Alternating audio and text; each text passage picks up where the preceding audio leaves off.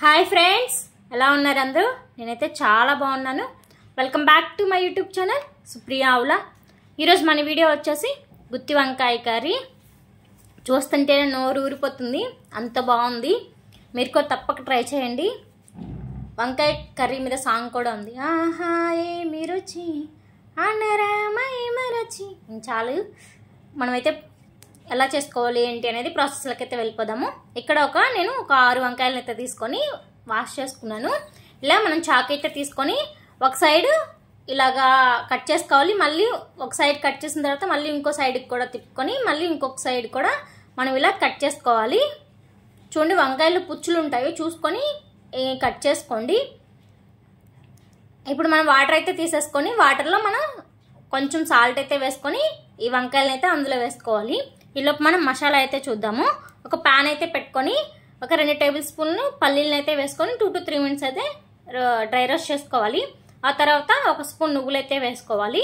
ఒక 2 టేబుల్ స్పూన్లు ఎండు కొబ్బరిని కూడా వేసుకొని ఒక స్పూన్ జీలకర్ర, ఒక స్పూన్ ఆవాలు, ఒక కొంచెం చెక్క, ఒక 4 మొగ్గనైతే వేసుకొని మనమైతే ఇలాగా ఫ్రై చేసుకోవాలి. డ్రై రోస్ట్ చేసుకోవాలి.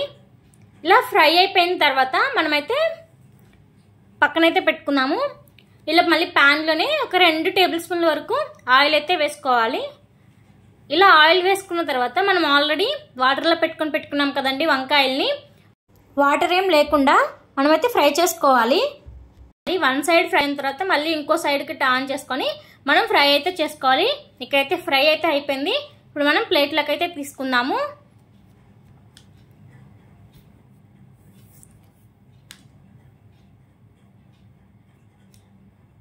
అదే ప్యాన్లో ఒక ఆనియన్ని సన్నగా చాప్ చేసుకొని అయితే వేసుకోవాలి. ఇలా ఫ్రై అయిన తర్వాత కొంచెం ఒక స్పూన్ ఆవాలను అయితే వేసుకోవాలి. కొంచెం కరివేపాకు కూడా వేసుకొని ఒకసారి కలుపుకోవాలి. ఇలా కలుపుకున్న తర్వాత ఒక 2 టమాటాలని మిక్సీ జార్లో వేసుకొని మెత్తగా అయితే చేసుకొని ఆ ప్యూరీని ఇందులో అయితే వేసుకోవాలి. ఇప్పుడు ఇందులోకి మనం సాల్ట్ని అయితే యాడ్ చేసుకుందాము. ఒక స్పూన్ సాల్ట్ అయితే వేసుకోవాలి. అదే స్పూన్ తోటి 1/2 స్పూన్ పసుపు కూడా వేసుకోవాలి. 1 స్పూనున్నర కారం కూడా వేసుకోవాలి. కారం చూసి వేసుకోండి, మీ స్పైస్కి తగ్గట్టు వేసుకొని ఒకసారి మొత్తం మిక్స్ చేసుకోవాలి. ఇప్పుడు ఈ టమాటా అంతా మగ్గేలోపు మనమైతే మసాలా అయితే మిక్సీ పట్టుకుందాము. ఆల్రెడీ మనము ఫ్రై చేసి పెట్టుకున్నాం కదా, ఒక మిక్సీ జార్ తీసుకొని అందులోకైతే వేసుకోవాలి. కొంచెం అల్లం వేసుకోవాలి. ఒక 4 వెల్లుల్లిపాయలను కూడా పొట్టు తీసుకొని అయితే వేసుకొని మెత్తని మిక్సీలా అయితే చేసుకోవాలి. కొంచెం వాటర్ అయితే యాడ్ చేసేసుకొని ప్యూరీలా అయితే చేసుకోవాలి. ఇప్పుడు మనకి చూడండి, కర్రీ అయితే మనకి ఆయిల్ అంతా పైకి వచ్చింది కదా, టమాటా అంతా మగ్గిపోయింది, ఆనియన్స్ టమాటా అంతా మగ్గిపోయింది. ఇప్పుడు మనం ఆల్రెడీ మిక్సీ పెట్టుకున్నాం కదా ప్యూరీని, ఆ ప్యూరీని కూడా ఇందులో వేసేసుకొని బాగా కలుపుకోవాలి. ఇప్పుడు మనం వాటర్ ఏం లేకుండా ఒక 2 to 3 మినిట్స్ పాటు అయితే మనం ఫ్రై చేసుకోవాలి. ఇప్పుడు ఫ్రై అయిన తర్వాత ఇప్పుడు మనం ఒక గ్లాస్ అయితే వాటర్ యాడ్ చేసుకోవాలి. ఇలా యాడ్ చేసుకొని ఒకసారి బాగా మిక్స్ చేసుకోవాలి, మొత్తం కలిసిపోయేలాగా. ఇలా కలుపుకొని మనం మూత పెట్టేసి మినిమం 10 మినిట్స్ పాటు అయినా కానీ మనం ఉడకనివ్వాలి. చూడండి, మనకి ఆయిల్ అంతా పైకి అయితే వస్తుంది. అప్పుడు దాకా మనమైతే కుక్ చేసుకోవాలి.